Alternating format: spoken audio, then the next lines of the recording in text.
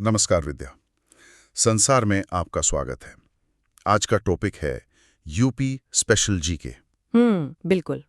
ये तथ्य Uttar Pradesh police, SSC, railway और यूपीएससी जैसे प्रतियोगी परीक्षाओं के लिए बहुत महत्वपूर्ण है। जी, और ये समझना बहुत जरूरी है कि ये सिर्फ हाँ, दुनिया के नक्शे पे उत्तर प्रदेश सिर्फ एक राज्य के तौर पर दिखाई देता है, लेकिन जरा सोचिए, अगर ये एक स्वतंत्र देश होता ना, तो जनसंख्या के मामले में ये दुनिया का 5वां सबसे बड़ा देश होता। अरे वाह, 5वां सबसे बड़ा। बिल्कुल, मतलब ब्रिटेन, फ्रांस और जर्मनी जैसे विकसित देशों से भी कहीं ज्यादा बड़ा। तो आज के इस गहन विश्लेषण में हम इसी विशाल भूभाग के इतिहास, भूगोल और उन महत्वपूर्ण तथ्यों पर चर्चा करने वाले हैं जो अक्सर परीक्षाओं में पूछे जाते हैं। हाँ, ये एक बहुत ही दिलचस्प और ज़रूरी चर्चा है, क्योंकि अक्सर प्रतियोगी परीक्षाओं की तैयारी करते समय ना तथ्यों को सिर्फ रटने की कोशिश की जाती है। हाँ, रट्टा मारते हैं लोग। बिल्कुल, रट्टा मारना। लेकिन जब हम उन तथ्यों के पीछे की कहानी, उनके क्यों और कैसे को समझ लेते हैं ना, तो वे तथ्य रटने नहीं पड़ते। सही बात है। वे हमेशा के लिए दिमाग में बैठ जाते हैं। और उत्तर प्रदेश का ताना बाना इतना जटिल है कि इसके बिना भारत के इतिहास या वर्तमान को समझना लगभग असंभव ही है। तो चलिए इसे विस्तार से समझते हैं। आज के हमारे नोट्स और उपलब्ध आंकड़ों के अनुसार ना इस राज्य का आधुनिक स्वरूप रातों रात नहीं बना। इसकी एक पूरी टाइमलाइन है। बिल्कुल, एक बहुत ही स्पष्ट टाइमलाइन है। 1 अप्रैल 1937 को इसे यूनाइटेड प्रोविंस या कह सकते हैं संयुक्त प्रांत के नाम से जाना जाता था। हाँ, अंग्रेजों के जमाने में। जी। और फिर आजादी के बाद 24 जनवरी 1950 को इसे आधिकारिक तौर पर उत्तर प्रदेश का नाम मिला। और इसकी राजधानी लखनऊ है, जो कि काफी पहले से मतलब 1935 से ही इस क्षेत्र का मुख्य प्रशासनिक केंद्र बनी हुई है। हाँ, 1935 से। बिल्कुल। और देखिए, यूनाइटेड प्रोविंस नाम अपने आप में बहुत कुछ कहता है। अंग्रेजों ने अलग अलग जीते हुए क्षेत्रों को, जैसे अवध हो गया और आगरा हो गया, इन सबको जोड़कर ये प्रांत बनाया था। अच्छा, तो मतलब ये एक पैचवर्क था। हाँ, बिल्कुल, एक पैचवर्क की तरह। और 1950 में जब इसे उत्तर प्रदेश नाम दिया गया, तो इसने अपनी भौगोलिक पहचान को स्पष्ट किया, यानी भारत का उत्तरी भाग। समझ गया। और भूगोल की बात करें तो 2,40,928 वर्ग किलोमीटर के क्षेत्रफल के साथ ये भारत का चौथा सबसे बड़ा राज्य है। सही आंकड़ा है। लेकिन मुझे लगता है इसकी सबसे बड़ी खासियत इसका क्षेत्रफल नहीं, बल्कि इसकी सीमाएं हैं। हाँ, और यहीं पर आंकड़े सच में चौंकाने वाले हो जाते हैं। बिल्कुल, मतलब उत्तर प्रदेश कुल 8 राज्यों और एक केंद्र शासित प्रदेश के साथ अपनी सीमा साझा करता है। और साथ ही उत्तर में नेपाल के साथ इसकी 551 किलोमीटर लंबी एक अंतर्राष्ट्रीय सीमा भी है। 551 किलोमीटर? ये काफी बड़ी सीमा है। और भारत के भीतर जिन राज्यों से ये घिरा है ना, वे हैं उत्तराखंड, हिमाचल प्रदेश, हरियाणा, राजस्थान, मध्य प्रदेश, छत्तीसगढ़, झारखंड और बिहार। और इसके साथ साथ दिल्ली का केंद्र शासित प्रदेश भी है। हाँ, दिल्ली भी है। 8 राज्य और एक केंद्र शासित प्रदेश। ये वाकई चौंकाने वाला है। बिल्कुल, इतने सारे अलग अलग राज्यों के साथ सीमा साझा करना इसे पूरे उत्तर भारत का एक कनेक्टिंग हब बनाता है। एक कनेक्टिंग हब। हाँ, यहाँ दिलचस्प बात यह है कि प्राचीन काल से ही ये सीमाएं केवल नक्शे की लकीरें नहीं थीं। तो फिर क्या थी? ये व्यापारिक आदान प्रदान, संस्कृतियों के मिलन और विचारों के प्रवाह के सबसे बड़े मार्ग थीं। लेकिन यहाँ मुझे एक संदेह होता है। सुनने में ये कनेक्टिंग हब बहुत अच्छा लगता है, लेकिन क्या व्यावहारिक रूप से ये एक बहुत बड़ा प्रशासनिक दुष्प्रभाव या कह लें नाइटमेयर नहीं है? आप ऐसा क्यों सोचते हैं? मतलब एक ऐसा राज्य जिसकी सीमाएं एक तरफ हिमालय की तलहटी से लग रही हैं और दूसरी तरफ मध्य भारत के पठारों से, और बीच में दिल्ली जैसे राजनीतिक केंद्र से, इतने अलग अलग तरह के राजनीतिक और भौगोलिक क्षेत्रों के साथ मतलब समन्वय बिठाना तो किसी भी सरकार के लिए बहुत मुश्किल काम होना चाहिए ना। हाँ, ये एक बहुत ही शानदार और प्रासंगिक सवाल है। और इसका जवाब है हाँ, ये एक बहुत बड़ी प्रशासनिक चुनौती है ना? बिल्कुल है। देखिए, जब कोई राज्य 8 अलग अलग राज्यों की पुलिस, उनके टैक्स सिस्टम और उनकी स्थानीय राजनीति से घिरा होता है ना, तो वहाँ कानून व्यवस्था बनाए रखना बेहद जटिल हो जाता है। एकदम सही। यही कारण है कि उत्तर प्रदेश का प्रशासन हमेशा से एक हाई स्टेक गेम रहा है। हाई स्टेक गेम, बिल्कुल। लेकिन इसी चुनौती ने इसे राजनीतिक रूप से भारत का सबसे परिपक्व और प्रभावशाली प्रभावशाली क्षेत्र भी बना दिया है। जो प्रशासन इन सीमाओं को संभाल सकता है ना, वो पूरे देश की राजनीति को प्रभावित करने की क्षमता रखता है। ये बात पूरी तरह से स्पष्ट करती है कि क्यों यूपी की राजनीति का असर सीधे दिल्ली तक महसूस किया जाता है। जी, हमेशा से। और अगर हम आज के इस भौगोलिक ढांचे से थोड़ा पीछे जाएं, इतिहास के पन्नों में, तो जो जानकारी सामने आती है वो और भी हैरान करने वाली है। हाँ, यहाँ बात सच में बहुत दिलचस्प हो जाती है ना? मतलब कुरुवंश से लेकर मुगलों और फिर अंग्रेजों तक इतिहास की हर बड़ी शक्ति ने इसी भूभाग को अपना केंद्र बनाना चाहा। बिल्कुल। रामायण और महाभारत काल में कौशल और कुरुवंश का ये केंद्र था। उसके बाद मगध, नंद, मौर्य और गुप्त वंश जैसे महान साम्राज्यों ने यहाँ शासन किया। और ये सिलसिला सिर्फ प्राचीन काल तक नहीं रहा, मध्यकाल में भी ये नहीं रुका।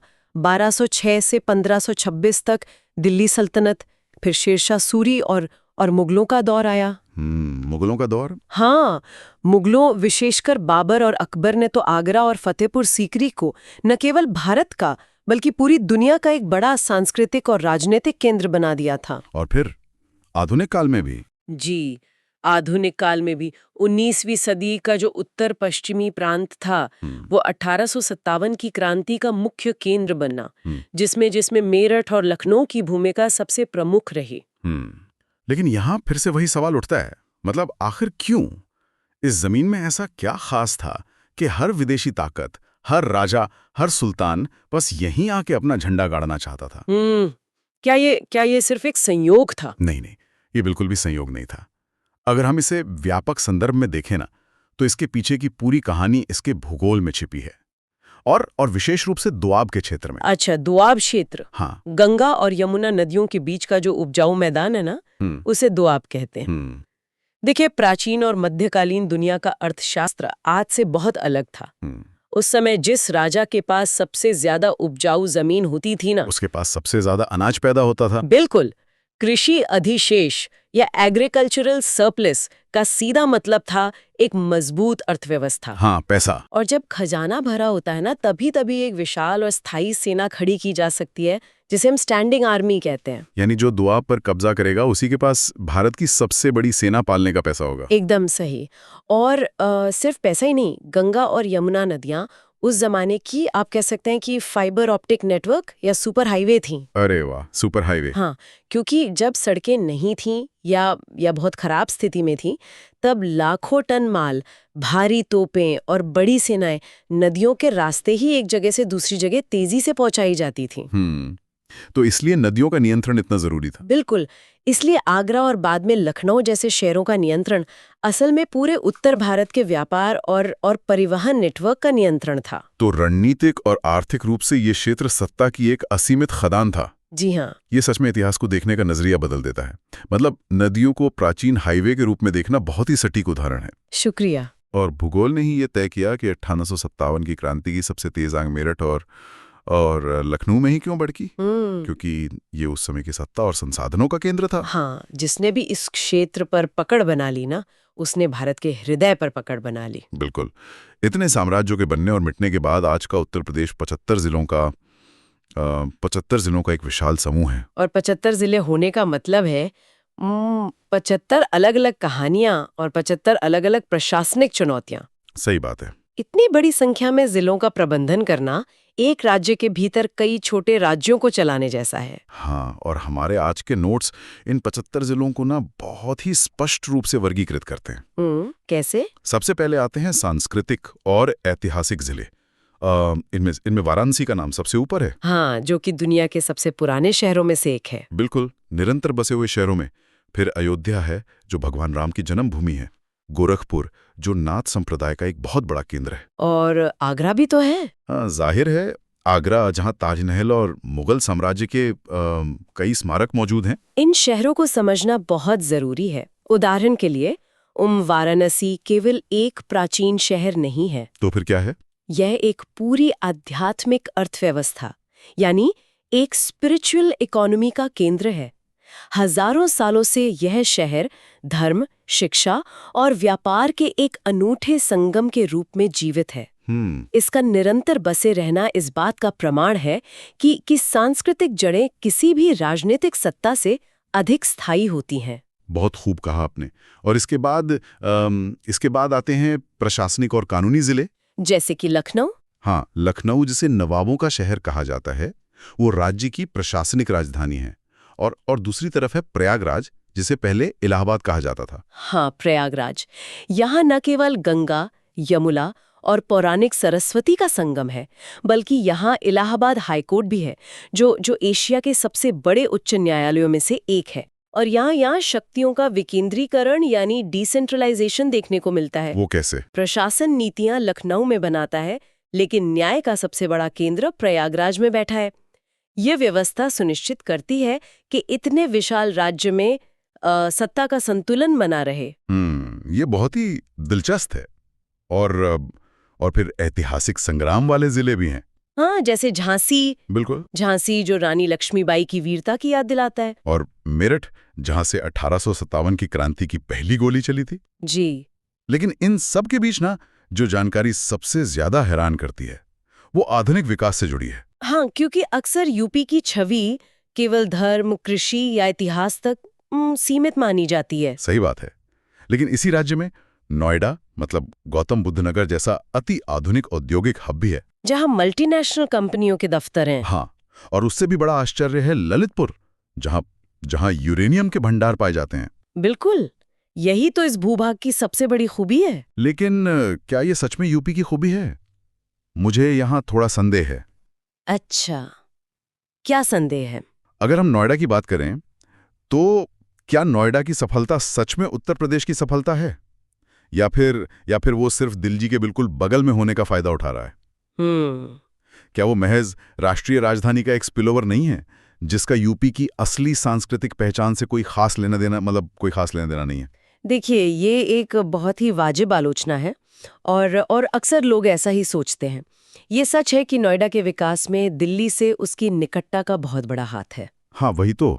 लेकिन अगर हम ललितपुर के उदाहरण को देखें ना, तो ये धारणा टूट जाती है। कैसे? ललितपुर दिल्ली से सैकड़ों किलोमीटर दूर मध्य प्रदेश की सीमा के पास है। वहां यूरेनियम जैसे सामरिक और महत्वपूर्ण संसाधन का पाया जाना ये साबित करता है कि उत्तर प्रदेश केवल दिल्ली के स्पिलओवर पर निर्भर नहीं है। इसके पास अपने स्वयं के प्राकृतिक और रणनीतिक संसाधन हैं। ये प्राचीन सांस्कृतिक विरासत जैसे वाराणसी और आधुनिक औद्योगिक ऊर्जा जैसे ललितपुर का यूरेनियम और नोएडा की तकनीक, इन सब का एक वास्तविक और शक्तिशाली मिश्रण है। ये एक बहुत ही मजबूत तर्क है।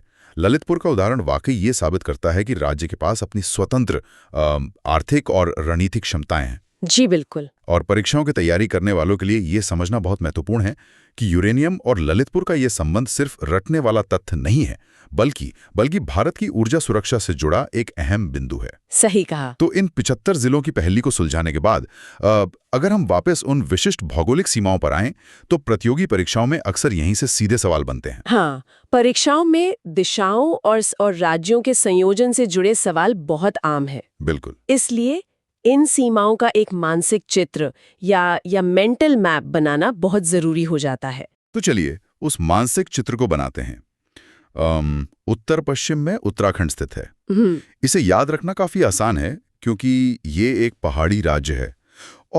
और साल 2000 में उत्तर प्रदेश के ही पहाड़ी जिलों को अलग करके इसका निर्माण किया गया था। बिल्कुल। पश्चिम की तरफ जाएं तो हमारी राष्ट्रीय राजधानी दिल्ली और हरियाणा की सीमाएं लगती हैं। पूर्व की ओर बिहार है, जिसके साथ यूपी का एक बहुत ही गहरा सांस्कृतिक, भाषाई और जनसांख्यिकीय जुड़ाव है। और दक्षिण की ओर? दक्षिण में मध्य प्रदेश है। और परीक्षा के दृष्टिकोण से सबसे महत्वपूर्ण जो आहा मोमेंट है ना, वो ये है कि मध्य प्रदेश वो राज्य है जो उत्तर प्रदेश के साथ सबसे लंबी सीमा साझा करता है। ये एक बहुत ही महत्वपूर्ण तथ्य है। हाँ, इसे याद रखने के लिए एक छोटी सी ट्रिक या मेंटल शॉर्टकट का इस्तेमाल किया जा सकता है कि भारत का भौगोलिक हृदय यानी मध्य प्रदेश भारत के सांस्कृतिक हृदय यानी उत्तर प्रदेश के साथ सबसे गहराई और लंबाई से जुड़ा हुआ है ना? हाँ, और इससे एक महत्वपूर्ण सवाल उठता है। जब हम इन सीमाओं के भू राजनैतिक महत्व पर विचार करते हैं ना, तो समझ आता है कि ये केवल कुछ राज्यों के नाम याद रखने की बात नहीं है। तो फिर क्या है? ये भारत की आंतरिक सुरक्षा और प्रशासनिक एकता को समझने की बात है। जब एक राज्य इतने अलग-अलग राजनीतिक और भौगोलिक क्षेत्रों से घिरा होता है ना, तो उसका स्थिर रहना पूरे देश की स्थिरता के लिए अनिवार्य हो जाता है। एकदम सही। इस पूरी चर्चा का सार यही है कि यूपी केवल भारत के नक्शे पर मौजूद 28 राज्यों में से एक नहीं है। बिल्कुल नहीं। ये अपने आप में भारत के इतिहास, उसके विशाल भूगोल और उसकी गहरी संस्कृति का एक सूक्ष्म रूप है, एक लघु भारत है। जी, और अगर इस ढांचे को सही से समझ लिया जाए ना, तो न केवल प्रतियोगी परीक्षाओं में सफलता प्राप्त करना आसान हो जाता है, बल्कि पूरे भारत की जड़ों और उसके भविष्य को समझने की एक स्पष्ट दृष्टि मिल जाती है। सही बात है। क्योंकि जानकारी का असली मूल्य तभी है जब वो हमारे सोचने के तरीके को, चीजों को देखने के नजरिए को बदल दें। बिल्कुल। और हमें पूरी उम्मीद है कि आज के इस विश्लेषण के बाद अगली बार जब भी खबरों में या किसी किताब में यूपी के किसी शहर का नाम आएगा, चाहे वो 1857 की याद दिलाने वाला मेरठ हो, यूरेनियम के भंडार वाला ललितपुर हो या आध्यात्म का केंद्र वाराणसी हो, तो दिमाग में केवल एक साधारण शहर का नाम नहीं आएगा जी, बल्कि उसके पीछे का पूरा ऐतिहासिक, रणनीतिक और भौगोलिक संदर्भ एक जीवंत चित्र की तरह सामने आ जाएगा। बिल्कुल, क्योंकि अब वे केवल नाम नहीं हैं, वे इतिहास के चलते फिरते अध्याय हैं। तो इसी के साथ हम आज के इस विश्लेषण के अंत में एक विचारणीय प्रश्न छोड़ना चाहेंगे। कुछ ऐसा जिस पर गहराई से सोचा जाना चाहिए। क्या है वो प्रश्न? हमने देखा कि उत्तर प्रदेश के पास एक तरफ वाराणसी और अयोध्या जैसी हजारों साल पुरानी बेहद गहरी सांस्कृतिक और आध्यात्मिक विरासत है। हाँ। और ठीक उसी समय दूसरी तरफ नोएडा जैसा अत्याधुनिक तकनीकी हब और ललितपुर में यूरेनियम जैसे भविष्य के संसाधन मौजूद हैं। बिल्कुल, दोनों छोर मौजूद हैं। तो विचार करने वाली बात यह है कि आने वाले दशकों में जब दुनिया बहुत तेजी से बदल रही है, बिल्कुल, ये विशाल भूभाग अपनी उस गहरी प्राचीन पहचान और तेज आधुनिक विकास के बीच संतुलन कैसे बनाए रखेगा? क्या ये संतुलन पूरे भारत के विकास का मॉडल बन सकता है? ये निश्चित रूप से 21वीं सदी के सबसे बड़े सवालों में से एक है। बिल्कुल। ऐसे ही और तथ्यों के लिए हमारे चैनल को लाइक करें, शेयर करें, सब्सक्राइब करें। धन्यवाद।